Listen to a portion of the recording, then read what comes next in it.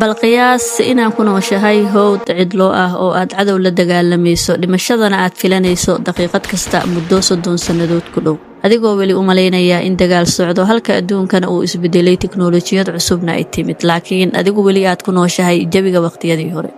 qisadan ma ahan filin mal awaal ah balse waa sheeko dhab ah oo ku saabsan askari reer Jabaan ah oo la oran jiray Hiro Onoda sanadkii 1944 intuu socday dagaalkii labaad ee adduunka Onoda waxaa loo diray jasiirad ku taala Philippines oo la yiraahdo Lubang Island ka hor intaanu tagin taliyihiisu wuxuu siiyay amar kaas oo ah ha isdhiibin hana isdilin dagaalkana ha ka tagin ilaa amar rasmi ah laga siiyo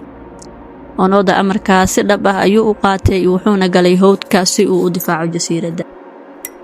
sanadkii 1945 dagaalkii uu dhamaaday Japaanna way isdhiibtay sidoo kale diyaaradu ayaa hawada ka daadiyay waraaqo sheegaya in dagaalku dhamaaday askartuna ay soo baxaan laakiin Onoda ma rumaysan wuxuuna u arkayay arinkaas inay tahay qiyaamo cadowga u dageen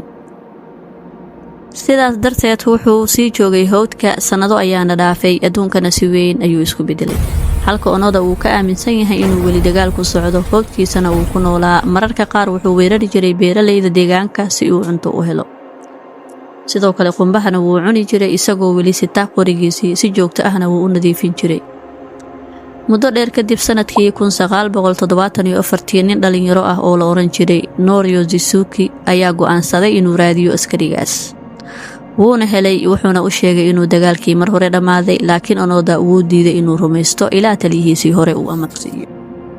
Suzuki wuxuu ku laabtay Japan wuxuuna soo kaxeeyay taliyihii hore ee Onoda oo markaan taliye ahayn oo waayeel noqday buugaagtana iibiyo markii taliyihii hore yimid howdka wuxuu si rasmi ah ugu sheegay askarigiisii inuu dagaalku goor hore dhamaaday isla markaana uu hubka dhigo markaas ay dhacday daqiiqad taariikhi ah Onoda wuxuu qaaday qorigiisii uu 29 sano ilaalinayay wuxuuna sameeyay salaantii military kadibna si sharaf leh ayuu hubkii u dhigay asoo ooynayo muxuu la ooyay ayaad u maleynaysaa daawade qisadan waxayna tusaysaa sida qof ama bulsho mararka qaar ugu noolaan karo fikir ama dagaal goor hore dhamaaday noloshu mararka qaar waxay u baahan tahay inaan xaqiiqda aqbalno oo aan ka baxno howdka maskaxdeena oo aan ku jirno السلام عليكم